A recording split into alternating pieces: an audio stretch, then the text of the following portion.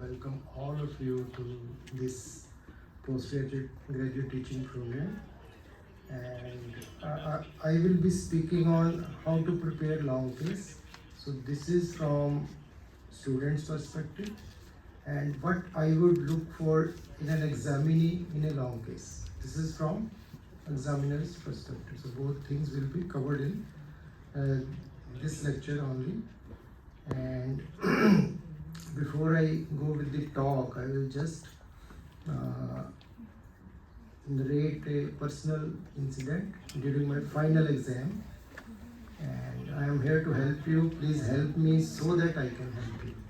So if these words are coming from your chief external examiner, so it's music to your ears. So our examiner was Professor H.K. Tiwari. He was chief of RP Center at that time. He's no more right now. So he called all of us. We were 6, and he called in Professor Amod Gupta's room, and these were the words. He said, "I am here to help you. So please help me so that I can help you." So in what way examinee can help the examiner? It's don't make major blunders and just stick to these rules and stick to a system so that examiner can help you and guide you through this difficult time. So remember, most of the examiner, not most, all the examiner basically want you to go through, to succeed in everything. So don't go with the impression that there will be problem for examiner side, external examiner, वहाँ से आ गया, ये हो गया, वो हो गया. It's not like that. If you just stick to the system, just stick to the basics, you will be through during this difficult time. So coming to the talk, the qualification of examination is a major but challenging milestone in the career of any student, whether it's MS, MD or DNB. And why this examination system exists? What's the purpose of this examination system? So basically, as examiner, we want to ensure that students can keep the patient safe and manage most of these cases with reasonable competence. So this is the purpose of your examination. So our examination has theory and practical component, and Parul has nicely covered theory part. So I'll be just sticking to practicals. And as examiner, what are the qualities we look for in an examiner? So these are the qualities: sincerity, hard work is key everywhere, in whichever field you are, in business, in medical profession, anywhere. If you are hardworking, only then you can succeed. Luck just favor if you are hardworking. If you are not hardworking, even luck can't favor you. If you are lacking in any other quality, but if you have a lot of compassion, you can overcome those minor deficiencies in other areas. Knowledge and skill, very, very important. This is the core basically. If you are not knowledgeable, not skillful, you can't do anything. So this is essential part, and then additionally, all these things are going to be there to make you successful doctor and good human being. If you are very competent, very hardworking, very good doctor, but if you are not a good human being, again it's a major problem. You have to be a good human being to be a good doctor. So all the qualities can't be assessed during 1 or 2 days of examination. And what qualities which can be assessed is knowledge. Knowledge can be assessed, like in long case, short case, retina case, Viva or OSCE, whatever. We can easily make out from the first word about the depth of your knowledge. And then attitude of candidate, how candidate present themselves, then the confidence of candidate, which is another very important thing. The body language and then speech will tell us about the confidence, and how candidate listen to question and respond, and then presence of mind is also very important quality, which will help you everywhere, even in examinations. Your practical examination is always difficult than theory because you have to think, formulate the answer, and speak at the same time. And you require little experience in mastering the presentation skills. So for that you have to be throughout your 3 years as a resident doing it continuously during your academic program. Only then you can master. It's not that on the last day you read everything and you will be able to do the presentation. Ideal examination, but till we come up with something better, we have to go through, we have to tolerate the current system. And coming to practical examination, these are the components I think you must be aware of because you have seen your seniors appearing in the exam. You have long case, short case, retina cases, grand viva, refraction, histopathology, and in DNB exam we have OSCE and ward rounds. In ward rounds we tell the student to do any technique to like do gonioscopy, indirect ophthalmoscopy or some slit lamp evaluation, and then we make assessment on the basis of that. However, the long case is key to your successful examination. It's very, very important. If you do well in long case, half the battle is won. And components of long case are your history taking, examination, general physical examination, ocular examination, then differential diagnosis, provisional diagnosis, points in favor of your first diagnosis, points against, then same is for all differential diagnosis, then line of management. In history, we have demographic data, chief presenting complaint, history of present illness, history of past illness, family history. And in physical examination, we have all the systems have to be examined, and then ocular examination. So I will just elaborate with one patient, one prototype, and then you can implement this prototype to any patient whosoever is given to you in the final exam. So it's a 57-year-old male patient who presented to our OPD on 10 September 22 with complaint of decrease in vision right eye since 3 to 4 months and pain in right eye since 1 month. So patient was apparently well, and then he noticed profound decrease in vision in right eye. It was sudden in onset and non-progressive. So can you give differential diagnosis on the basis of this? Sudden, profound, non-progressive. Anybody volunteer? What could be the differential diagnosis with this one line of history? In other terms, causes of sudden, painless, significant loss of vision. Optic neuropathy. Retinal detachment? Optic neuropathy. CRVO, yes. What type of CRVO? Non-ischemic. Non-ischemic. Why non-ischemic? There is profound loss. In non-ischemic, the loss of vision is not significant. It's mild loss of vision. So if loss of vision is more, it goes in favor of ischemic CRVO. So then patient had pain also, since 2 months, moderate to severe pain and associated with further decrease in vision. So this pain has increased since last week, 1 week before patient came to us. Also had nausea, vomiting and radiation to forehead. So patient also had redness of eye and swelling of lids. So past history, patient was diagnosed as right eye CRVO. So it's a patient of CRVO, most likely ischemic CRVO, and then patient was kept under follow-up, and then patient went on to have NBI and NVG. So this pain since 2 months coincide with the development of NVG. Otherwise, CRVO is painless condition. Sudden, significant loss of vision fits into CRVO. If it is followed by sudden pain, redness, and further decrease in vision, then probably you are dealing with sequelae. that is neovascular, neovascularization of iris and NVG. So then this patient was given intravitreal Avastin and PRP was done.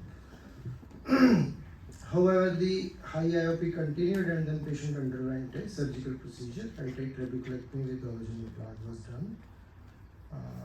Generally, physical examination, again it's essentially normal systemic examination. So what systemic evaluation you will do in a patient with CRVO and NVG? Anybody?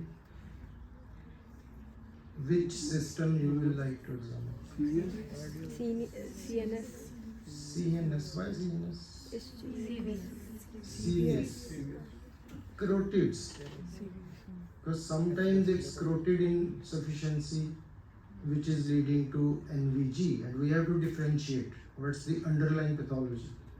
Like in this patient, CRVO was clear, but sometimes if you don't find CRVO, then another, apart from diabetic retinopathy, PDR, CRVO, and then you have third group which is carotid artery insufficiency. So for that you have to look at carotids, auscultate, and if there is bruit, you are dealing with a patient having ischemia because of carotid artery stenosis. So in ocular examination, vision is counting finger 1.5 meter with accurate PR, and it was improving to 624. Other eye was okay. Adinexa was okay. IOP was 48 with Goldman applanation tonometer. So IOP has to be taken with Goldman applanation tonometer in all glaucoma patients, whether at the time of diagnosis or for follow-up. And then you have to mention number of medications. Patient was on astazolamide, timolol, brinzolamide, brimonidine. So everything was going on. This is like maximal anti-glaucoma medication, and pressure was still high. Conjunctiva was hyperemic, pupil was sluggish, cornea was hazy because of high intraocular pressure. It's expected that cornea will go into edema. And then iris findings are very, very important. So you have a iridectomy at 11 because of trabeculectomy. And then you see the new vessels. This is the key for making diagnosis in this patient. So NVI, if you miss these findings, then I mean it's a problem. In fact, we should not be missing any clinical finding. So if we are able to tell all the findings in right way, I mean it will create a very good impression. The rest of the things will be much easier then. But if you make blunders, if you miss important findings, then you are creating little problem for yourself. So always be very accurate in your findings. Try to be very comprehensive, very careful while doing slit lamp evaluation in these patients. So then gonioscopy, again it's very important in a patient having glaucoma, you have to mention. Since this patient had corneal edema, so sometimes you won't be able to see angle very clearly. So then you have to mention in the examination that because of corneal edema, I was not able to clearly see the angle. But you can't say I didn't do gonioscopy. So how to make cornea clear? Sometimes we can put 50% glycerin, so that will dehydrate the cornea and you will be able to see through and do gonioscopy in a better way. So then posterior segment showing vertical cup disc ratio 0.8 to 0.9 and resolving retinal hemorrhages, attenuated vessels. So you have to summarize your case. So like in this patient presented on this, history is so many months ago, decrease in vision, pain, and then patient was diagnosed with CRVO, then went on to have NVG, underwent PRP, Avastin, trabeculectomy was done, vision was this, and then you have the diagnosis. So it was like neovascular glaucoma, post-ischemic CRV in this patient, and other eye was normal. So in this patient, if you don't mention about Van Herrick grading, I'll be happy. It doesn't make any sense. So many times I find students, like in this patient, or where pseudophakic eyes, deep chamber, and we are discussing about Van Herrick grading. It's not required. It's not required in every case. It's important if we are dealing with a patient of primary angle closure. A patient is phakic, patient is not having this type of problem. But once you are dealing with a patient of NVG who had undergone surgical procedures, it becomes irrelevant. Even in pseudophakic eyes, it becomes irrelevant. So the number one diagnosis is NVG in this patient. So what are the points in favor? You have history of CRVO, you have NVI, you have high intraocular pressure, you have glaucomatous disc changes. So all the findings are favoring your diagnosis of NVG. Sometimes the diagnosis is very clear. There is only one diagnosis, there is hardly any differential diagnosis. But still, you have to keep these diagnoses also. Uveitic glaucoma, so you have to rule out. So more points will be against the diagnosis of uveitic glaucoma. You don't have posterior synechiae. On gonioscopy, you don't have significant periventral synechiae. You don't have typical episodes of acute, painful red eye with loss of vision, which was recovering every time with steroids. So that indicates that you are dealing with a patient of acute anterior uveitis, which is leading to this ultimately secondary glaucoma, secondary angle closure glaucoma, acute angle closure glaucoma. Again, presentation of NVG is like acute angle closure glaucoma. So sometimes we don't have typical history. Patient just come with NVG, corneal edema, high pressure, chamber is little shallow. So like this patient was diagnosed as CRVO, but if patient come directly without going anywhere during that period, so then acute angle closure becomes very important differential diagnosis. So how will you differentiate? How will you rule out angle closure in a patient of NVG in this type of setting? Look at the other eye. Other eye will give clue. If other eye is also having shallow chambers, or on gonioscopy you see a occludable angle, then probably you are dealing with a patient of angle closure. But if other eye is okay, always keep in your mind NVG. So if cornea is not clear, put glycerin, decrease the pressure, again look at the iris. Then you will be able to see new vessels and your diagnosis will be very clear. Pseudoexfoliation, sometime 1 to 2% of the patient have angle closure in pseudoexfoliation. Typically we see open angle in a patient with pseudoexfoliation. But sometimes you can have shallow chamber, because shallow chambers are very prevalent in our society. 40% of the primary glaucomas are angle closure glaucoma. And more than this population, there are patients who have just shallow chambers but don't have acute angle closure. So shallow chambers are quite prevalent. So you can find patient of pseudoexfoliation with shallow chambers and angle closure also. Lens-induced glaucomas, phacomorphic, again intumescent. But if corneal edema is there, then you have to look for everything till your edema clears and you are able to see the iris and posterior segment. Till then, diagnosis is multiple diagnosis. So now comes the management, line of management and treatment options. So whatever you tell about investigations and management, it has to be supported by scientific evidence. Like most of the disease entities, there are multiple treatment options. So whatever treatment option you have adopted, you have to have sufficient scientific evidence for adopting that line. Because sometimes examiner, they have different thing in their mind. They want to adopt another strategy. Then you have to defend your strategy. If your plan A, there are multiple plans A, B, C, and you go for plan A, then you have to defend that. You can't change midway. So like examiner is saying no, this is not right, then you shift, no, plan B. So then it will be sort of negative markings. So stick to whatever. So this means before going for, before telling your examiner, you have to think over it. What is the right plan for you and why this is right plan? What is the scientific evidence? You have to know the studies, available literature supporting that line of management. It's very important. We often ignore history taking. History should be elaborated. It's a very important part.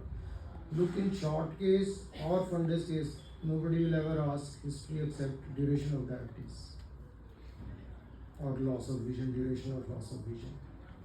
Normally, we just tell the candidate to start with ocular examination in short case and retinal case. But in long case, we test the knowledge of history taking and art of history taking. Again, it's an art. Though in ophthalmology, it's not as elaborate as in medicine, but again, it's very important and relevant. We should never ignore that. We should take elaborate history, and history of present illness should clarify all the things. So whatever points patient is telling, and remember, sometimes patient is confused. Don't go by his confusion. You are a medical person, you can easily see through. So try to extract best out of the patient. Otherwise, it's just like class 4 or any non-medical person taking history. Whatever patient is telling, you are just writing and speaking that. That's not acceptable. You have to use your knowledge and skills to extract best out of patient, which is fitting the bill. Then the line of treatment you have adopted, you have to justify with scientific evidence, which sometimes students are not able to. And if there is any emergency management, any crisis management examiner wants to know, there is any new development in the during the course of treatment, then you should be able to tell the management of that emergency situation or crisis. So there you are lacking. Then you have to, if communication skills are another very important aspect during exam, if you are not coherent, if you are not confident, and examiner has to extract, even if you have answered entire thing, but examiner has to prompt you, so then it doesn't carry, there is some negative marking in that. So first impression on examiner, it's true everywhere. First impression is the last impression. So be punctual, reach your exam venue in time, be presentable and confident, always greet the examiner, and during your presentation, long, short case or whatever, why you always make eye contact. This shows that you are confident, you have the knowledge and you want to answer. Then never give any excuses, don't panic, and currently cell phones, everything has to be switched on. And you have to be audible and answer in simple words. If you are not sure what examiner want to know, ask for clarification. And if you don't know, tell I don't know. Don't beat about the bush, that will create problem. So always in a order. So don't give time to the examiner also. So you have answered a question, let him process. If he is satisfied or if he says elaborate, then elaborate. So don't keep on continuous non-stop. That again, don't think that will be taken as positive. So never answer in just yes or no, always elaborate. Don't digress from the question.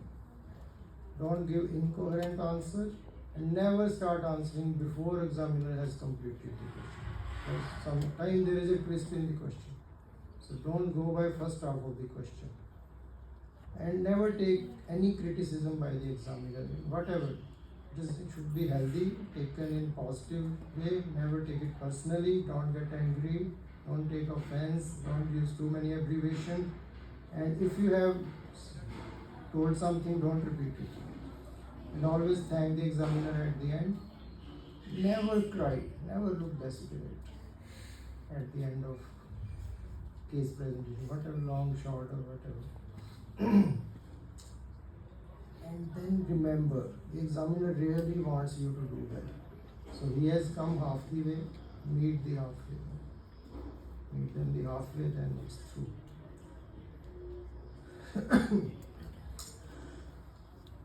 Other thing I want to tell you is that what happens during examination. You always look to the senior as well, or junior faculty, and whatever they see is gospel truth. Then you try to deviate your history. Otherwise, your history is clear, going straight to Delhi. Then you shift to Ropar and start going to Amritsar. Then nobody can bring you back.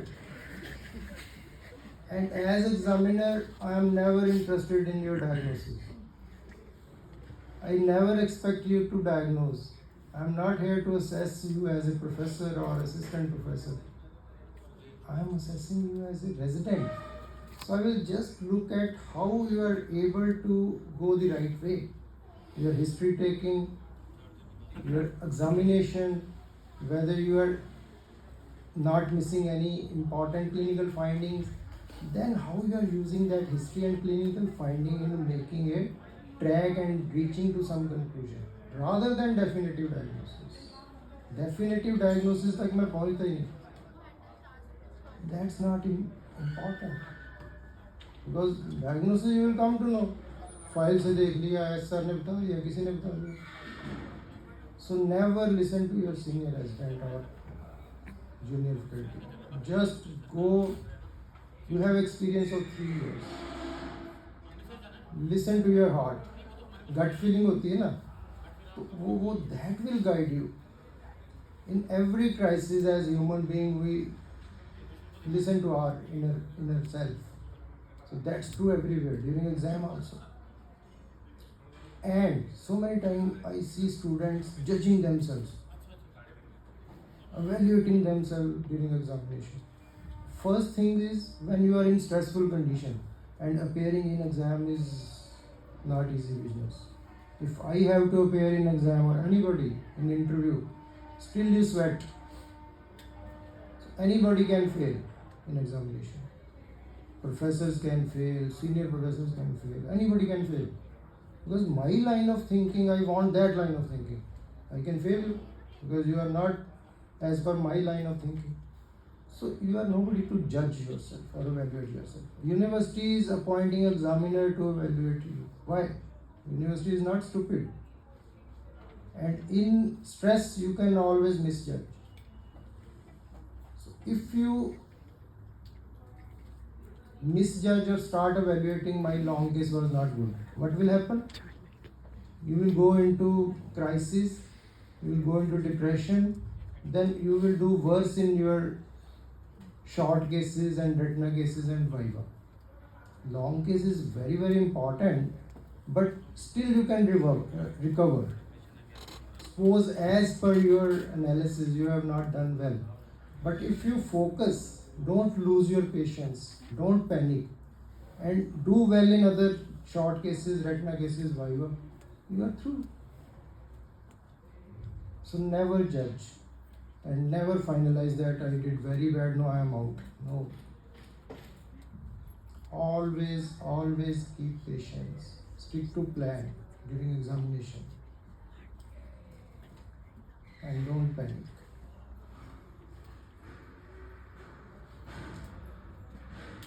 Thank you. Any query I will be happy to answer. Anybody any query regarding entire examination, entire residency program. In fact, examination is just one part. It's not everything. We learn so many things during a residency program, which is not, questioned during examination. So examination is just one part, important, but it's not everything. So during 3 years, we should not be only focused on examination.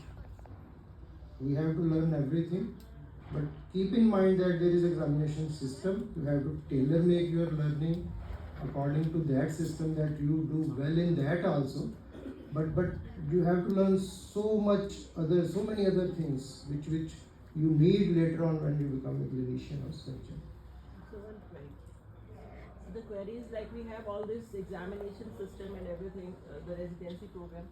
Shouldn't we have a set number of procedures which a candidate has to do?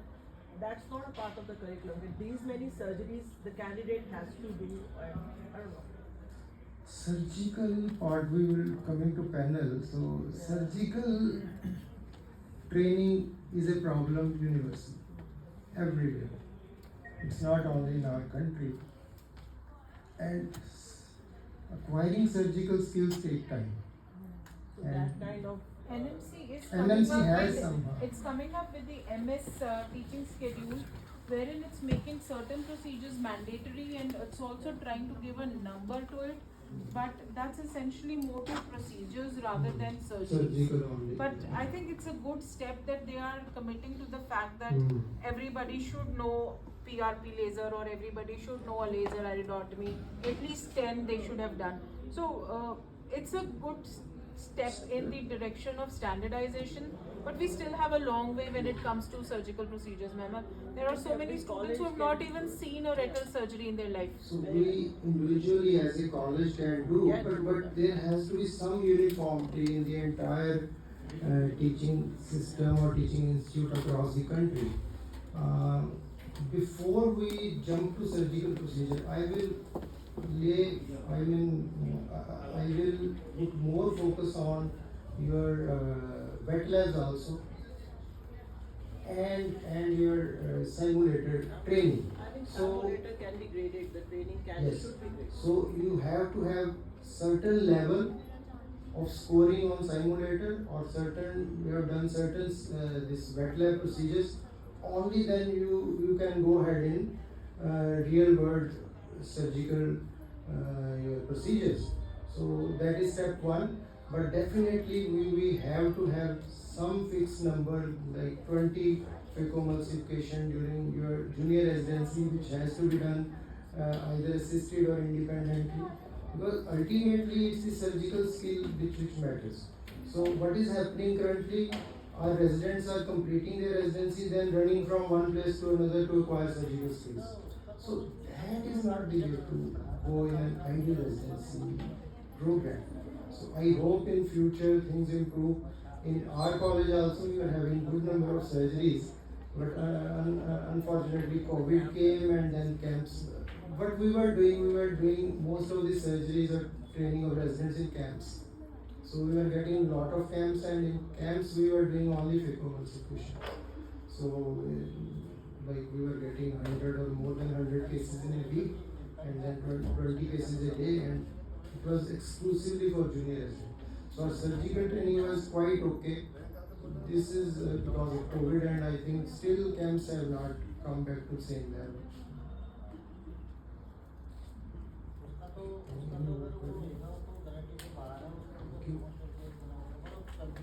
Thank you.